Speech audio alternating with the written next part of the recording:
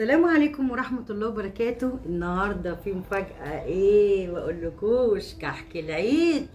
في احلى من كحك العيد لما يتعمل في البيت؟ ان شاء الله تعملي نص كيلو كده، تفرحي ولادك وتولعي الغاز بتاعك والكهرباء وتعملي كده، والريحة تطلع والجيران يشموا بقى وايه وتبقى ذكريات حلوة كده مع ولادك اما يكبروا ويقعدوا بقى وتديهم منقاش ويقعدوا ينقشوا كده ويبقوا مبسوطين، ونعيد بقى مع بعض الذكريات كل سنة كل سنة كل سنة.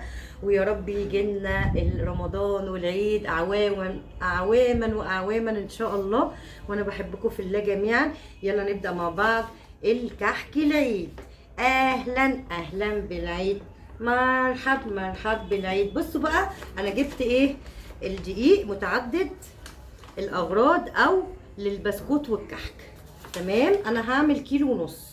انتي بقى اللي عايزه تعملي تنقصي في المقادير، بس انا ممكن اقولك الكيلو بياخد ايه. الكيلو بياخد 600 جرام سمنه مع زبده، يعني انا حطيت التلتين سمنه والتلت زبده، يبقى انتي هتحطي على الكيلو 600 جرام سمنه. 600 جرام سمنه، يبقى احنا هننخل الدقيق بتاعنا. لازم تتاكدي ان انتي نخلتيه مره واتنين عشان يدخل فيه هوا كده ويبقى معاكي مية مية. بسم الله، ببركة بسم الله كده. تمام، بس الحبة الأخرى دولت بتروحي رمياهم ومكملة بقى ايه الدقيق بتاعنا، وتروحي فاتحاهم من النص كده. تمام، هنحط ايه بقى بقية المقادير بتاعتنا. هنكمل النص التاني وهنرجع لك تاني. حاجة عملتها، دخلت الدقيق، انا هعمل كيلو ونص، طبعا انتي براحتك. انا قلت لك الكيلو بياخد 600 جرام سمنه، هتعملي سمنه على زبده، هتحطي 550 سمنه وال50 زبده.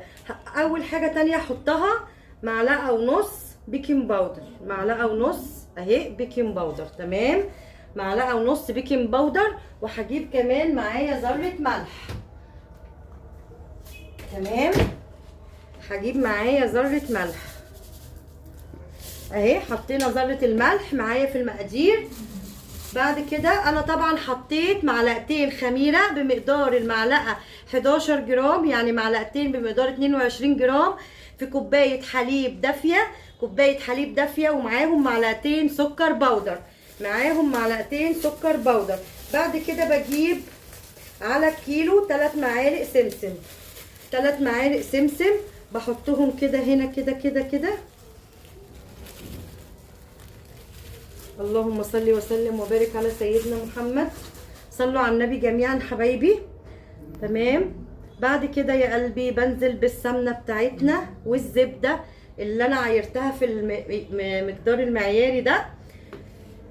انا عملت زي ما قلت لكم كيلو عليه 600 جرام سمنه على زبده، سمنه 550 تمام، وال50 زبده. تمام، انا ما بعملش بقدحاش. انا عملت ايه في السمنه دي، حطيتها هنا وقلبت عليها معلقتين سكر بودر، معلقتين سكر بودر. تمام، حطينا سمنتنا، ناقص معلقتين سكر بودر تاني على الدقيق اهو. يبقى انا حاطه معلقتين هنا ومعلقتين هنا كمان.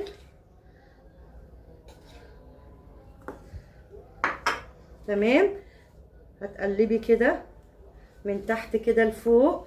احنا حطينا السمنه هنا في النص، تقلبي قلبي كده. اهلا بيكم حبايبي، منورين الدنيا بحالها. خلاص قلبنا كده، دخلنا السمنه في كل الدقيق اهو. بتقلبي كده لو عندك طبعا عجان خير وبركه، لو ما عندكيش برضو ايدك بتدي كده حاجه حلوه في العجن. تمام اهو، شايفين قلبتي كل السمنه بتاعتك في كل الدقيق بتاعك اهو. بسم الله ما شاء الله، الله اكبر، الريحه طلعت شهي جدا جدا جدا حبايبي. بصوا بعد ما حطيت السمنه على الدقيق وعلى الحاجات اللي انا قلت لكم عليها، المواد الجافه كلها اهي، شايفه بتحطيها بين ايديكي وتفتحيها كده مش اقل من 7-8 دقايق كده. بتاخدي كل العجينه كده خلاص، ما بقاش فيه دقيق او طحين لوحده. بعد كده هنزل بالخميره اللي انا عملتها في كاسه حليب دافي. هنزل بالخميره اللي انا عملتها في كوبايه حليب ومعلقتين خميره، تمام، ومعلقتين سكر بودر. سبتهم كده 5 دقايق. بسم الله، اللهم صل وسلم وبارك على سيدنا محمد. بسم الله، الله اكبر، بسم الله، الله اكبر.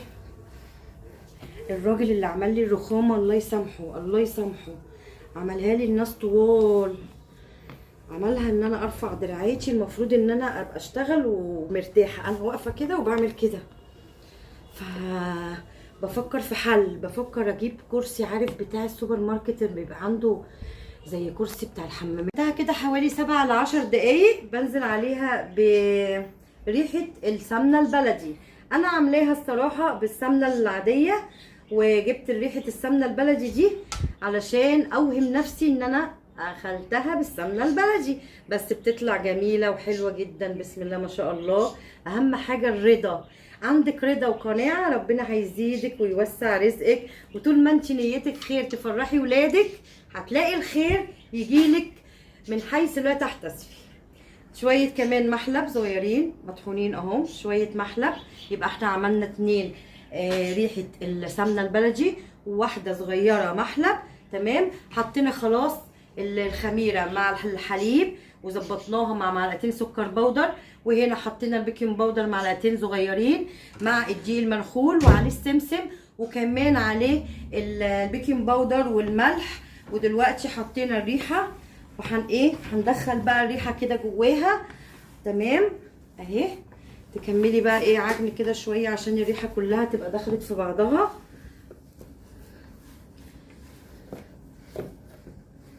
تمام يا حبيبه قلبي، خلاص بتسيبيها بقى كده. وبعد كده بقى تمسكيها كده تكوريها. بسم الله، بسم الله ما شاء الله. اهي بصي، عجينه تحفه جدا جدا جدا، ولا مشققه ولا اي حاجه اهي، تمام. هنسيبها ترتاح بس كده 10 دقايق وهرجع لك تاني.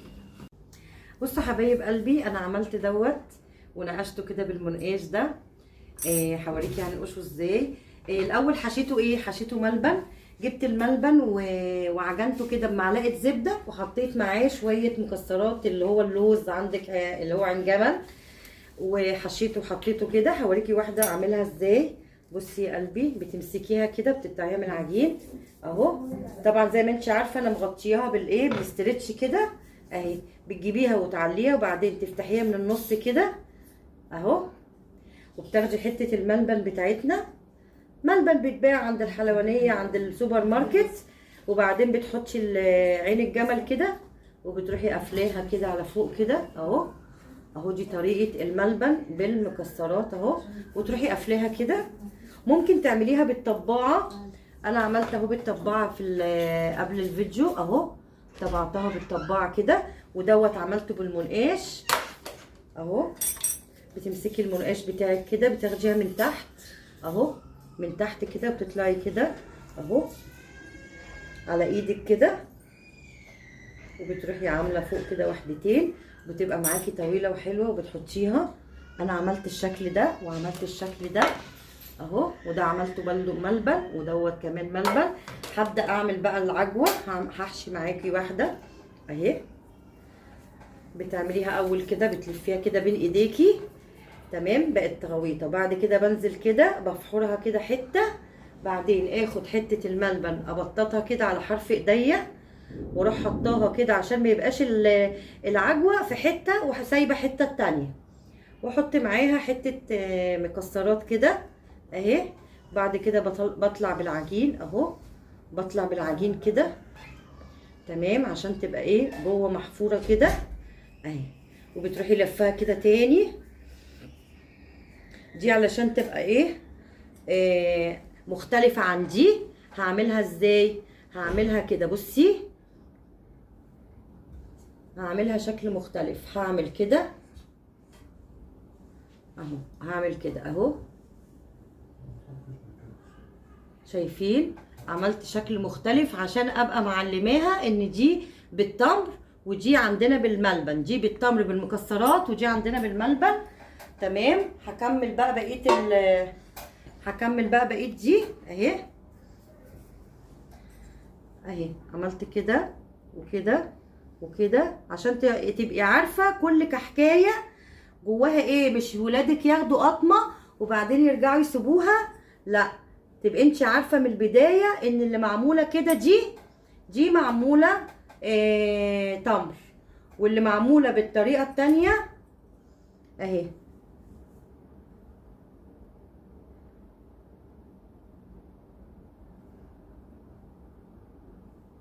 اهي حبايبي هكمل الصينيه دي وارجع لكم تاني. انا هحطه على تسويه. التمر بياخد تسويه مختلفه عن الملبن. التمر بياخد تسويه من 180، ما بتحطوهوش تحت، بتحطيه في الرف اللي في النص، وما بتولعيش الشوايه الا بعد حوالي 5 دقايق. اوعي تخلي القعر من تحت بني، انا عايزاه ابيض من فوق ومن تحت زي اللي بيتباع في المحلات بالظبط. وتولعي تسخنيه قبلها ب10 دقايق وتحطيه على الرف اللي في النص 10 دقايق، وبعد كده ولع له الشوايه، وبعدين هطلعهولك واوريكي بقى ازاي. اللي بالملبن بيبقى اقل درجه في الفرن، يعني من عندك من 150 او 160 فقط، ما يزيدش عن 160 درجه حراره الملبن عشان ما يتحرقش وينشف معاكي المعمول. تيجي تقطميه تلاقي المعمول ناشف وايه ومحجر معاكي. فانت بتسوي المعمول بتاع الملبن بدرجه حراره اقل من 160 او 150، والرف اللي في النص وما بتولعلوش الشوايه عشان ما ينشفش معاكي. وهوريكي بعد ما اسويه هيبقى عامل ازاي. قلبي خلصت كل المعمول والكحك بتاعنا. عملت كده دي وعملت كمان بالمنقاش. تمام. وتسيبيه يخمر مش اقل من ساعه. بصي اول 3 صواري دولت خمروا، بصي دي خمرت وكبرت ازاي، ودي كمان خمرت ودي كمان خمرت. هودي اللي خمروا او تعالي اوريكي هحطه في الفرن ازاي. انا هحط الصينيتين اللي خمروا الاول. تعالي يا قلبي.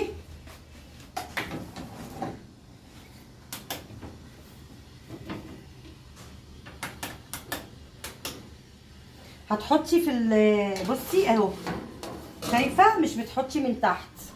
اللي خمرت بتسويها هنا في النص اهو على درجه حراره. دي بالملبن هخليها 160 اهي. بعد ما الفرن يسخن معاكي ربع ساعه بتسخني الفرن قبلها اهو 5 دقايق وهبص عليه. اوكي، اوعي تروحي في اي حته. عملت ايه؟ عملت دوت المعمول، عملته دوت بالتمر اللي انا بحط عليه السكر ده دلوقتي. بصوا الجمال، اللهم صل على سيدنا محمد. هوريكي واحده عامله ازاي، هتنبهري كده، هتنبهري. بصي طري ازاي، بصي الحشو بتاعه من جوه عامل ازاي. شايفه المكسرات، بصي بيدوب ازاي. هتجربي الطريقه هتعجبك جدا جدا جدا، وهتبطلي تشتري من المحلات. بصي دي كمان اللي ايه اهي، بصي طريه ازاي، بسم الله ما شاء الله. اعتمدي الطريقه، وكل سنه وانت طيبه، واحلى كحك من ايد الشيف ناني. تابعوني واعملوا له اعجابات وجربوا الطريقه وقولوا لي طلعت معاكم عامله ازاي. وانا بحبكم في الله جميعا. اوعوا تطنشوا، يا ريت تشوفوا الفيديو وتعملوا لي اعجابات، مش تشوفوه وتطنشوني وتطلعوا. يعني قدروا تعبي ان انا بتعب عشانكم. وان شاء الله كل جديد مع ناني وكل حاجه حلوه ومفيده، وان شاء الله ربنا هيسعدكم. وعيد سعيد وكل سنه وانتم طيبين، وبحبكم جميعا في الله. قلوب كتير كتير كتير.